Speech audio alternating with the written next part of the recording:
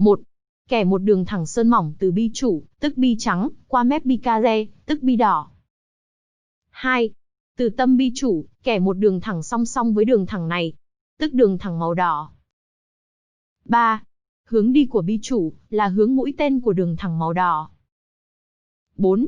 Do 3 bi gần như thẳng hàng, nên bạn phải để Fv hướng 7 giờ trên bi chủ, để bi có độ xoáy vào và cong nhiều qua bên trái.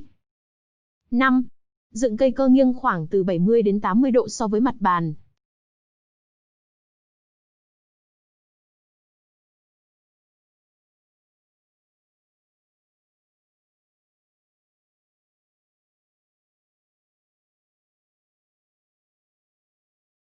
Un exercice, je vous invite à tracer ce qu'on appelle la bisectrice entre les deux billes, c'est-à-dire que vous êtes finesse blanche, finesse rouge, à plat. Ensuite, vous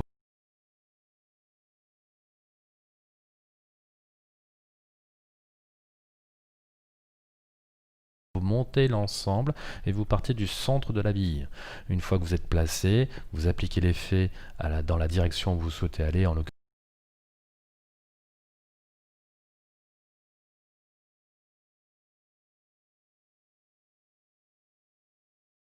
ici à gauche, un petit peu de bas, et vous appliquez votre piqûre. Scrac!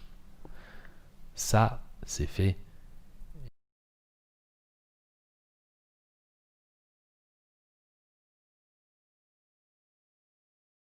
Vous allez vous rendre compte que dans n'importe quel cas de figure, ça fonctionne. Ici, on est près de la bille numéro 2. Vous tracez la bisectrice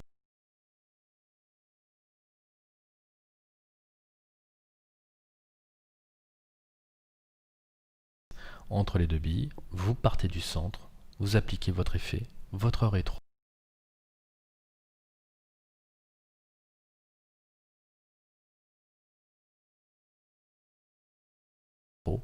La piqûre, emballer, c'est...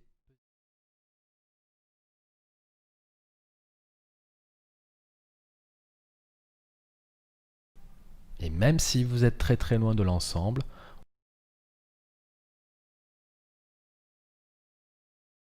vous vous souvenez que dans la première vidéo, je vous avais invité à viser un point dans le vide.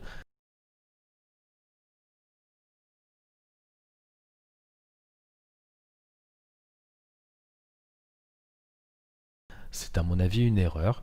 Il faut continuer à garder cette bisectrice, vous envoyez. Ça reste un massé extrêmement compliqué, mais...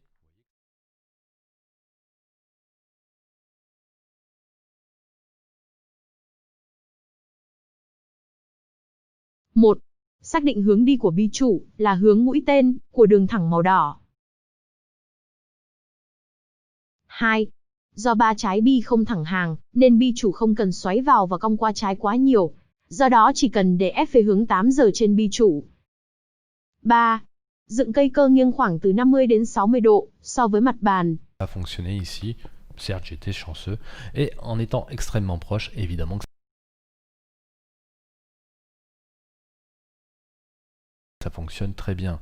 C'est vraiment une astuce que je vous recommande, ça vous évitera notamment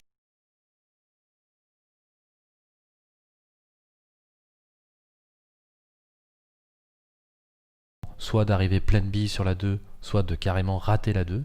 Vous allez voir, ça va vous donner une assise et une connaissance, une perception des bonnes ardoises. Un sujet délicat et compliqué, certes, mais on va essayer de comprendre surtout ce qui se passe sur notre bille.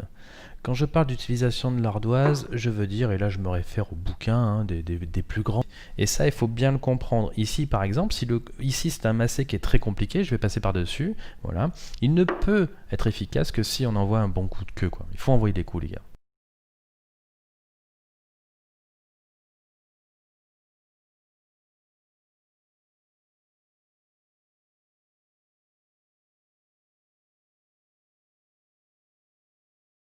De billes, surtout lorsqu'on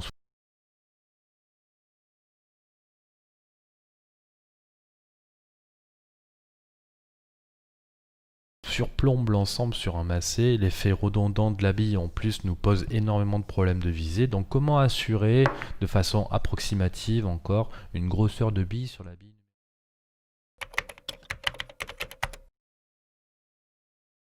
sur votre bille. Maintenant, passons à la présentation et la mise en place d'un chevalet. Je ne vous dis pas que le chevalet que je vous présente là maintenant est le chevalet qu'il faut faire. Ici, on est dans l'explication et la compréhension. Qu'est-ce que l'on recherche? On recherche le trépied, c'est-à-dire que pour assurer la stabilité de cette main, nous avons besoin tout simplement de 3 points d'ancrage. Ici, en l'occurrence, l'auriculaire, l'annulaire et le majeur viennent s'occuper de la stabilité, tandis que le pouce, en pinçant l'index, garantit et assure un bon guidage de flèche. Ici, nous avons un exemple de chevalet stable, avec un guidage de flèche propre, et vous constatez que, voilà, quelles que soient les positions, on est relativement en place. Dans le cadre d'un exercice, je vous invite à vous mettre en place, décaler votre main, et vous envoyez 1, 2, la petite piqûre, 1, 2, la petite piqûre, 1, 2, la petite piqûre, vous vous replacez sur votre bille, 1, 2, la petite piqûre. Ça, c'est dans le cadre d'un exercice et on constate que cette main n'est absolument pas bougée. Maintenant, je me permets de vous présenter mon chevalet, celui que j'utilise. Il n'est pas, loin d'être particulier. Énormément de personnes utilisent ce chevalet. Vous voyez que le principe reste le même, malgré sa différence. On note que l'auriculaire et l'index s'occupent de la stabilité avec l'annulaire et le majeur joints en contrebas. Et ce pouce, toujours pareil, qui vient pincer l'index et assurer le passage de flèche. Donc ici, même principe, dans le cadre d'un exercice, vous vous décalez, 1, 2, la petite piqûre, 1, 2, la petite piqûre, 1, 2, la petite piqûre, vous vous replacez sur votre bille et vous envoyez le coup. Cela va vous permettre de gagner en assurance sur le chevalet et de surtout se sentir à l'aise, c'est très important.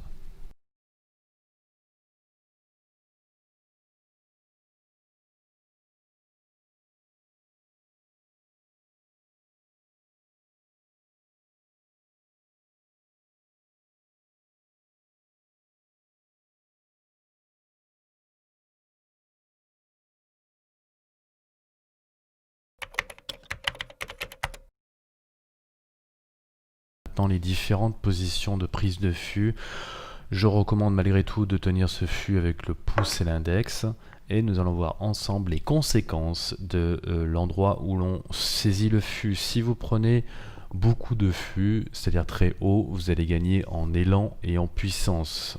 Si, à contrario, vous prenez beaucoup moins de fût, vous allez perdre de la puissance et donc de l'efficacité sur la pénétration de billes. Maintenant, en fonction des massés que vous avez exécutés, eh bien, je vous conseille surtout en entraînement d'y penser pour trouver votre bonne hauteur. Quant à la piqûre, voilà, on revient rapidement sur la piqûre, ce petit mouvement, ce petit coup de poignet là que j'appelle ce petit spray, voilà, qui vous permet donc de vraiment pénétrer correctement dans cette bille. Donc pour résumer, les 4 étapes que je vous conseille pour garantir vos chances de réussir à masser dans le cadre d'un exercice est d'assurer une stabilité pour votre chevalet, pensez à trouver une position pour que vous vous sentiez à l'aise, c'est le plus important. De garantir une bonne position de votre corps en traçant la bissectrice des 2 billes, de penser à la hauteur de prise sur votre fût, de partir du centre de la bille, vous rajoutez un petit peu d'effet, un petit peu de bas pour la direction, et pour finir, vous envoyez votre piqûre en pensant à ce pincement sur l'ardoise. Cela fait beaucoup de choses à penser au début, mais si tout cela est appliqué, je peux vous garantir que vos progrès sur les massés seront inéluctables. Je n'ai pas parlé de l'inclinaison de la queue car cela reste à mon avis une sensation personnelle à trouver. Une fois que tout cela sera en place, eh bien il vous suffira de régler l'inclinaison. Pour ce faire, si vous passez devant la bille numéro 3, alors vous êtes trop incliné et par corollaire, si vous passez derrière.